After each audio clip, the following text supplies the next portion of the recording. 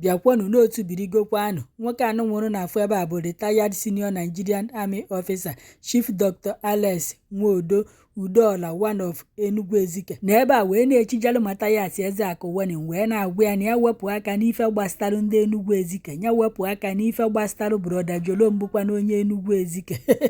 Otu birigokwanụ na ya bụ Mathias Ezeaku na ya fesie ụlọ ụka ya bụkwa na omenala bụ ụzọ eziokwu, na ya fesie ndị obodo fa na o nweghị ife gbastalụ ya na ndị Enugu Ezike. Unu mana Mathias si na oye je na nke ndị uwe ojii n'Enugu steeti ka o jekwa n'ebe ahụ kpee onye nke bụkwanụ broda Jerome, dịka broda Jerome si wepụta n'ihu akwụkwọ wee sị na ụmụ nwaanyị Enugu Ezike na-anụ di na fa na-agbazi n'iro, na fa na-aṅụ mmanya dị iche iche, na fa na-agwọ ọgwụ ka fa wee kechie diva. Ka broda Jerome kwuchara ife a, ndị Enugu Ezike niile pụta wee nwa ya wee taa ya gbọ ya wawawawa, nke bụzi na everyday broda Jerome na-aka ụka n'ụlọ ụka ya, ọ na-esekpu ana na-ayọ ndị Enugu Ezike na fa gbagharịa na ewele aka ekpe tie nwata ife, wele aka nna ịdọkpụta ya na ọ bụghị mbọsị nwata wufuru mmanụ ka eji eti ife, na mbọsị o wufuru ogulu akwụ na fa gbagharịa. Ivu nwoke anụ nwụrụ furu ebe a na-ekwu okwu ya na broda Jerome ekwugo nwe last video o mere, ọ sị na nwoke a kpọrọ ya n'oyogo onye ọbụla mgbarụ na fa gbagharịa, nke bụ na ndị elda fa gwara broda Jerome na oye weta efe ise, weta nke nwa maka nya bụ ife o kwuru n'okwuwala ọnụ. Broda Jerome ayogidogo ayọ, ọnụ mmiri dị ya n'ọnụ agwụgo. Onye nke bụ Mathias Ezeaku wepụtagoro nya bụ okwu wee sị gịnị na ya akpụpụ broda Jerome n'ụlọ ikpe, kpọrọ ya ndị uwe ojii, tinye WhatsApp nọmba si ndị Enugu Ezike na fa banye na WhatsApp nọmba ka fa ncha nụrụ jee na nke ndị uwe ojii ka eje kpụrụ broda Jerome. Onye nwa ka ndị Enugu Ezike fụzie nya bụ ife wee sị Mathias na fa kpọkwa anya bịa nụ arụfe ọgụ na ya fetie ndị obodo fa bụkwana ndị Nsụka na onwe ife gbasara ya na ndị Enugu Ezike. Wee sịkwa ka m wetara unu nọ nke na-afịa n'ihu akwụkwọ ka unu gee ife nwoke ọzọ ka ibe na-ejimere ya asụ ihe na-aga gagharị na gbasara nwanne anyị nwoke nọ na-eme ministri na Nnewi, broda Jerome. Anyị amago n'ọdara edo kwa mashi ma rịama mgbaalụ 1, rịama mgbaalụ 2, rịama mgbaalụ 3, ma n'ihe ma na-akọwa bụ na anyị laf mama damage dị na well nete ikpọta agbe ide ishole mole ihe abụla ihe mere asọbụ problem. Na the most important thing bụ hanya anyị memerie anyị lechirere mkpu si ya chime na ministry ya ji ekwughere ihe o kwuru, which is the hardest thing for anybody. Ma abalị eje ememe gwa ma ha for condemn anyị ba ya chime ba sị na sorry na condemn mgbe mai, but we should not bother. So na anyị na-ekele Chukwu n'ụzọ pụrụ iche na o mechiri ma mgbaalụ rịọrọ n'obi ha mmenchi ọhaile ha obu n'ifo binanda ọhaile wuru ma achị n'ọbọ ma ema na arịọ ya na onwe adịma sorry, sincerely sorry n'ihe ha mere ma arịọ ma mgbaalụ gwa mmadụ mgbe mfọ nọ ya ekwuye bụ ọnọdụ ekwugherie ya is enough. Ma ya na onwe si na aja laja ma aba gwa mmadụ ọgaranya okwu gbasara ya, ma aba ada ndị ọgaranya n'ala, ma aba akpọ ndị ọgaranya ọnụ, ya na onwe dị willing to come home ka akweme ndị ọgaranya yotago. So na the best thing be ha anya anyị mejie mgbe okwu na-ada n'ebe anyị gbada n'ọbe ya nwayọ ha ya ba ji edozi onwe anyị kidara na external factor. So na-eji meghere ya asụ biko anybody na support ewute ni external factor n'ebe anyị na-edidigie okwu ebure ma anyị doziri onwe anyị kidiga anybody be dozi anyị ma anyị doziri onwe anyị mgbe ihe na-achọ ọkụ. So ama this type of person a na-akpọ Mathias bụ okuru onwe onogwu asa na Enugu Ezike si na anyị na-edidigie. We don't want him biko ọ bụ ni the petition jere ka mbishi oyatago the petition jere ka mbishi gbale na anyị n'ụzọ na anyị bụ Enugu Ezike anyị ga-achụ nwaanyị achụ, anyị na-anabata na anyị ga-achụ anyị ezidegị onwe ezire ije na polisi ihe dere petition. Don't worry, anyị bụ Enugu Ezike ready dịrị nkwadebe ba fa agha na ezidegị da polisi erukwata. Ọ bụ na ọgụ jere mbọm, ọ bụ na ibo onye Enugu Ezike megi support mgbe o jere nwanne nchi, don't worry, anyị jikọ eme ihere nwere na da police station. So okwu jikọ onyishi achịrị m okwu ọnụ, ndị bụ onyishi achịrị m ọnụ, ma ya na onwe esi na alata ma ya kpọma onyishi ọnụ. So is enough. na mario ụmụada biko ọha ilewuru ma achị n'ọbụ jai arịọmama mgbaala amashi ma anyị lafụọ ihe ọrịọrọ ọzọ ka ibe na-ejimeghere ya asị ụmụnechi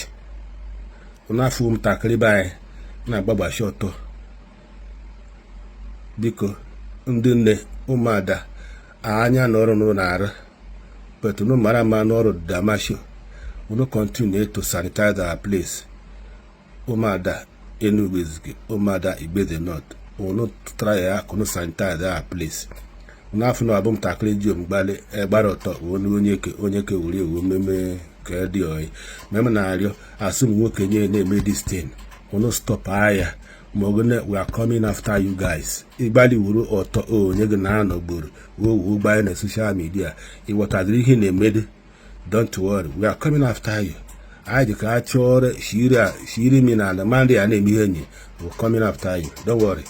So na-eji m here ya asụ biko na ihe ọzọ anyị na-arịọ ọbụgo nọ ọha ile ụmụada we are fighting for you. Okwu anyị chọrọ ma anyị kpụrụ okwu jee n'ebe ogere onye isi n'ọbụ na nwa anyị nwoke bụ Jerome akwadota ọbịa den o ji ya kpọ ọgaranya ọnụ ma eme na-arịọ ndị ọgaranya ezikọba ọ bụ na ọbịazịa onunye mere ndụmọdụ onunye gbe ndụmọdụ n'ihe anyị na-arịọ n'obu unu kọọ ama n'Enugu Ezike ha agaba ọ bụ ihe na-emere mmebute n'ọlụmonye yọtago agaba ọ bụ ihe na-emere mmebute n'ọlụmonye n'onye anọ n'nsọ ma ọ nọ ya bịa na konfuzi anyị nta Mogone, for my investigation, na discover no nwere ndị ọbụ hebia ediri nwunye na-atọbe amụtara ma ekeme nwunye onwere ndị ọbụ hebia etobe ego n'isi onye ji holidays na ọlataghị ọzọ ọkpa nwunye onwere ndị ọbụ so different type of nwunye so ole bụ ọ bụ ihe na-ememe ọ ga-abụ nsọ ya abanye na-asọ ndị ọgaranya ozikọba ọnụ gwa anyị gịnụbọbụ ememe ọ ga-abụ nsọ gede babelere onye lebete na onye ana n'nsọ nkume gwa anyị ka anyị chi ya ka ọ ga viral ka ha ile mara ihe bụ na onye ebubeji na onye nọ n'nsọ ndị anyị daalụ ana m eji ohere ya asụ biko anybody by external factor anyị na-ezute bịa n'Enugu Ezike abịara achị ọnụ n'okwu anyị bụ Enugu Ezike na anyị na-eride ego ije ya gbanwa na ncha anyị ekwo na kọt anyị bịakwute gị mgbe esoche gị anya chọrọ mmekọta kreto ya ji ere mgbe ọzọ na anyị zido n'oge eji m ohere nye ezije unu ji ya na-agwa onye a na-aza Mathias na-akpọ police dehana onufe gbasara gị we didn't send for you so back to sender for now we don't need you jere mgbe anyị dị ready na anyị na-emerịta onwe anyị thank you everybody ọha ile were ma achị n'ọbọ ka anyị were ka anyị dozime onwe anyị ihe na-abịara bịa igwe na anyị biko ndị anyị daalụ no Udo I want to discover Chief Dr. Alex Odo Nekolo Haile. Thank you. Uku tụrụ ịgba nke a gosikwa ọnụ na iwe nwanne ha kwo na-eru n'ọkpụkpụ Mathias Ezeaku nụkwara ife agwara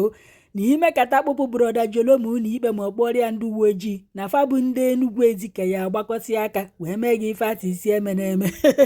na fa akpọkwago bịa nụchitere ofe ọgụ na gụfetie ndị Nsụka bụ unu na ọ bụrụ na o nwere ife ị chọrọ ime na gụjebe Nsụka bụ unu ji emebie na fa akpọdịrị ka ịbata Enugu Ezike ama nne nukwara ife ekwuru ọ bụkwa na onwego nke idere n'isi broda Jerome ka ijekweje wepụta ya